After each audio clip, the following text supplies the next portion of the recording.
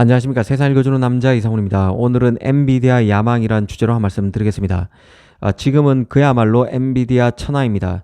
그 AI 시장이 급격히 커지면서 엔비디아 GPU를 잡기 위한 기업들의 몸부림이 한창입니다. 이는 그 AI의 병렬 연산을 위한 GPU 잡기에 한정되는 게 아닌데요. GPU뿐만 아니라 GPU의 연산을 돕는 메모리, 그 HBM 확보 경쟁, 그리고 GPU를 만들기 위한 파운드리 경쟁, 그 파운드리 내에서도 설비 부족이 현실화된 패키징 경쟁으로 이어지고 있습니다. GPU 확보 경쟁이 메모리 선두 업체의 순위 파괴까지 유인할 만큼 삼성은 위험한 지경까지 왔습니다. 패키징 설비 부족의 경우는 파운드리에서 좀채 반전의 기회를 만들지 못하고 있는 삼성이 턴키 제안으로 반등을 모색하고 있고, 이에 맞서기 위해서 하이닉스는 TSMC와 손을 잡은 상태입니다. 이 한마디로 칩 세계의 새로운 시장 구도를 엔비디아 하나의 기업이 만들어내고 있습니다. 엔비디아가 칩 공급망을 쥐락펴락하고 있다 해도 과언이 아닌 상태입니다. 한편으로 엔비디아는 모든 빅테크의 공적이 되고 있습니다. 현재는 빅테크들이 대안이 없어서 GPU 칩 하나에 4천만 원을 호가하는 비싼 GPU 확보 경쟁에 나선 상태이지만, 역설적으로 바로 이 이유 때문에 독자 칩 생산을 골몰하고 있기도 합니다. 엔비디아의 GPU가 풍기를 겪는 상황에서 그 마이크로소프트, MS, 그 테슬라, 메타 등 빅테크는 물론이고 오픈 AI와 같은 스타트업들도 자체 칩을 만들기 위한 행동에 돌입한 상태입니다. 비싼 엔비디아의 GPU에 반감을 갖고 있는 기업의 틈새를 노리고 AMD, 인텔 등 기존 GPU 업체들도 추격의 고삐를 바짝 재고 있습니다. 이런 시장 상황을 종합해 보면 엔비디아 GPU를 확보하기 위해 혈안인 빅테크, 또 한편으로는 엔비디아의 칩으로부터 독립을 깨하는 빅테크는 두 얼굴을 가졌다고 볼 수 있습니다. 그래서 지금의 시장 구조는 5월 동주와 같다는 생각도 듭니다. 그 엔비디아도 이런 현실을 잘 알고 있는데요. 그래서 엔비디아는 자신이 이미 장악한 AI라는 성곽을 잘 지켜내야 하고, 한편으로는 자신의 성곽을 공격하려는 빅테크와 그 야심만만한 스타트업들을 잘 해유해야 할 입장에 있습니다. 그래서 엔비디아가 솔루션을 내놨는데요. 바로 엔비디아가 자신의 GPU를 대체하기 위해서 독자 칩을 만들려는 기업을 위해서 맞춤형 칩 설계에 초점을 둔 새 사업부를 구축했다는 것입니다. 이게 바로 외신을 통해서 전해졌는데요. 이 자신의 GPU를 공격할 빅테크들을 엔비디아가 스스로 코치하겠다, 관리하겠다는 것입니다. 역설도 이런 역설이 없습니다. 자신을 찌를 수 있는 창을 다른 기업에 내주지 않고 스스로 빅테크 스타트업을 도와서 엔비디아의 GPU 시장을 잠식할 시장도 엔비디아가 독점, 관리하겠다는 의도입니다.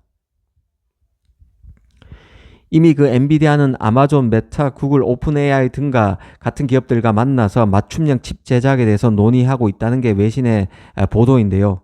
원래 맞춤형 칩 시장을 장악하고 있는 기업은 바로 브로드컴과 마벨 같은 기업인데요. 이 시장에 엔비디아가 뛰어든 것입니다.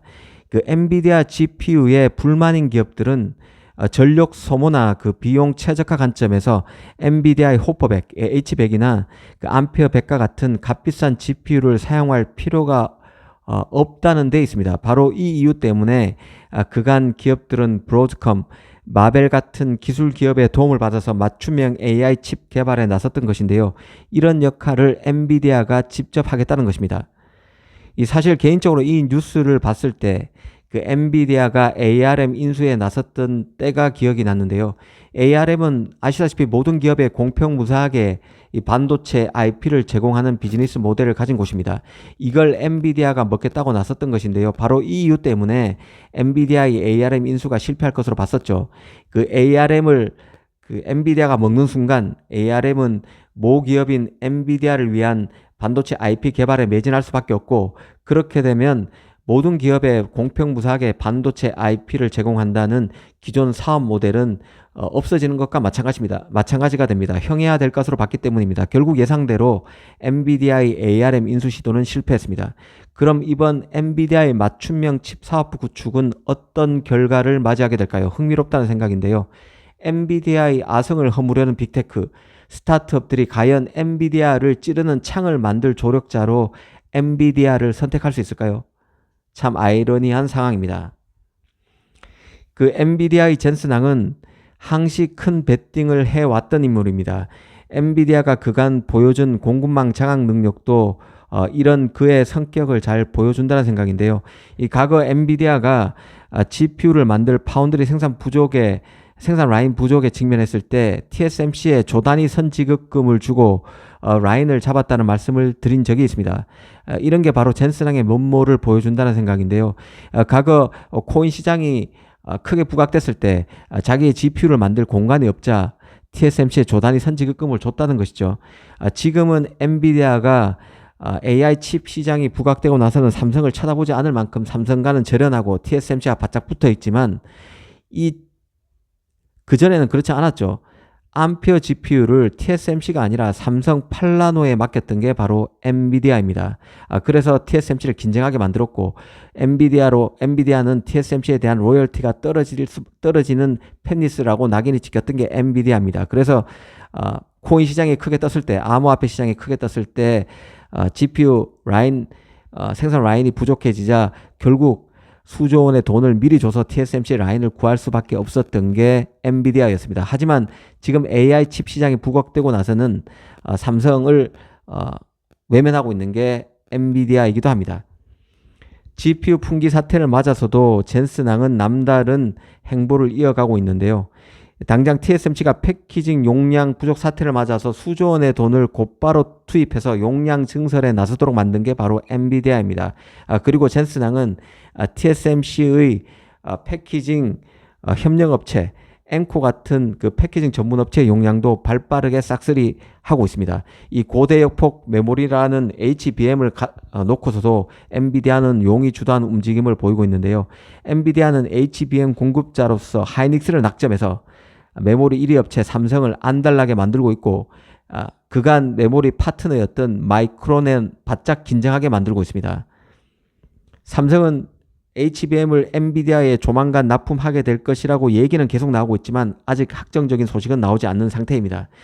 지금 상황은 모든 업체들이 엔비디아를 잡기 위해서 혈안인 상태인데요. 마치 AI 붐을 잡기 위한 편도 티켓인 것처럼 엔비디아의 기업들이 구애를 펴고 있는 상황입니다. 달리 말하면 엔비디아가 공급망의 최고 업체로서 지락펴락하고 있는 상황인데요. 엔비디아로서는 시장 우위를 바탕으로 이 거대 반도체 기업, 삼성, TSMC, 하이닉스, 인텔 같은 거대 테크 기업을 상대로 전략적 소싱을 자기가 원하는 방향으로 하고 있는 상황이고 많은 기업들이 엔비디아 이너서클에 들어가기 위해서 애를 쓰고 있습니다. 앤디그로브는 성공은 자만을 낳고 자만은 실패를 낳는다고 했습니다. 이 젠슨왕의 엔비디아는 칩에서도 우위를 점하기 위해서 경쟁사보다 먼저 움직이고 있습니다. H100을 넘어서 차세대 GPU인 블랙엘, B100을 3나노에서 만들기 위해서 지금 절치부심 중인 게 바로 엔비디아죠.